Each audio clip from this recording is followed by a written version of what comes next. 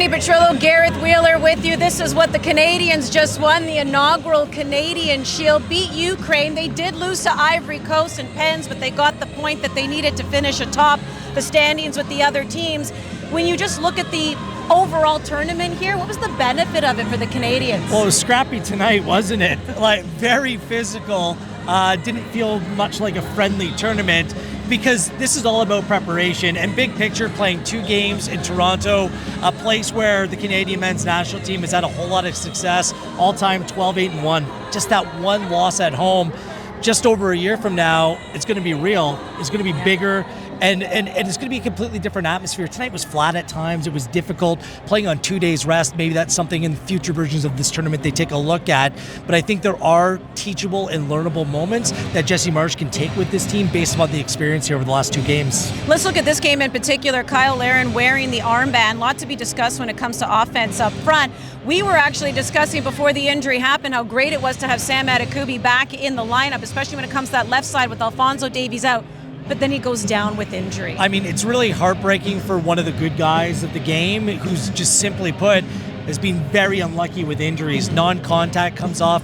We were in the tunnel and he came off in tears. It was good to see him hobble out after, but he ended up leaving the pitch after the post-game ceremonies on crutches.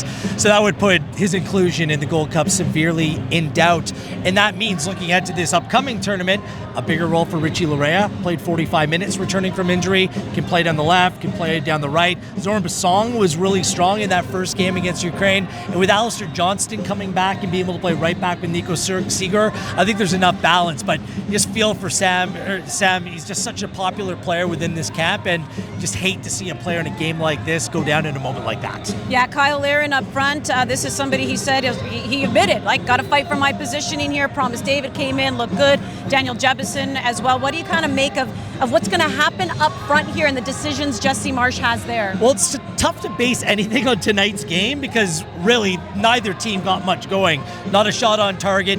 10 changes for Marsh on 2 days rest, and there was just a lack of rhythm, and the way the game played out, just there wasn't much there. I will say this, where Larin played tonight was really interesting to me, because he kind of played the Jonathan David role, more of a number 10, dropping deep. They line up in a 4-4-2 defensively, but when they get pushed deep, they pick one of those strikers to drop deeper. It was Kyle Larin instead of Daniel Jebison, so that has me thinking that this is very much an open race. Who will partner Jonathan David in any capacity in big games over the next year?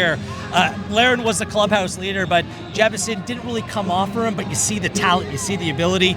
Promise David obviously made an impression with a goal in the first leg. We'll see how his hamstring plays out for the Gold Cup. But really, big picture out of the World Cup, Andy, this is an open race. Larin still has something to offer, but the way that he was used tonight in that David role definitely caught my attention. How much can we learn at the Gold Cup? I think we can learn about this team taking the next step. Winning this trophy, okay, that's fine. Over 2 really fun games here at BMO Field. But winning a Gold Cup, a tournament you haven't won in 25 years, I think that's different gravy. I think that is their goal. I think they let themselves down to a certain degree at the Nations League, and this is a way to set things right. The one thing I will say about Marsh and this team, this group is committed. On the field, flying into challenges. The fact that upwards of 10 or 11 of these players, their club future right now is kind of up in the air, whether they're going to stay, whether they're going to go, where they may end up, and the fact that they're choosing to be here with this group, competing for potential spots next year, I think that bodes well for Marsh and company over this tournament, because this is the time of year after a long season, a lot of players taking vacations. Even the team that they played tonight, they're 1 foot out the door to going on a vacation as well. So everyone's committed. That could mean big things for this group come the Gold Cup. Well, they're excited for the Gold Cup. Jesse Marsh has said himself they want that trophy. And you have to remember, this tournament here, it will carry over any accumulation of cards into the World Cup. So Canada Soccer, they have made it perfectly clear. The final game they play at the Gold Cup, nobody pick up a red card, because that would mean missing out on the first game of the World Cup. Dane St. Clair joining us here now. Canadian Shield, it's in its inaugural year, but you get to lift the trophy. How did that feel? Feels good. I think it's moments like this year's that we play for. You always want to lift the trophy, and of course it's a new tournament, but I think leading into the Gold Cup, it gives a taste of it, and we can continue to move forward. Gold Cup's upcoming. Obviously it's a big tournament for you guys, but even bigger, we're just about a year out. World Cup opening match will be played here at BMO Field. What have you learned or gained over these 2 games of this tournament that you can take forward with you next year?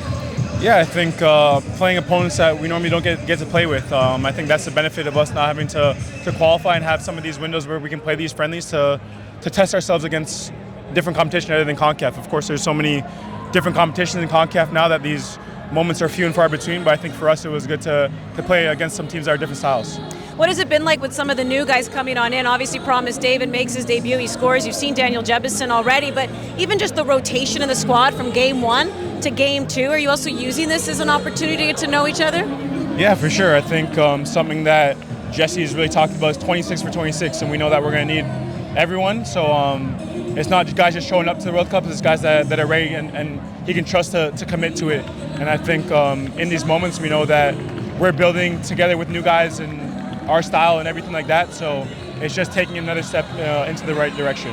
On to the Gold Cup starts a week tonight. It has to be mission, bring the Gold Cup back to Canada. How confident are you in the group that you can get a mission accomplished this time around? For sure, it's moments like this. I think, like I said, this tournament was a good stepping stone and good games for us to lead into that. And we know, of course, it's not going to be easy going back in a competition like that.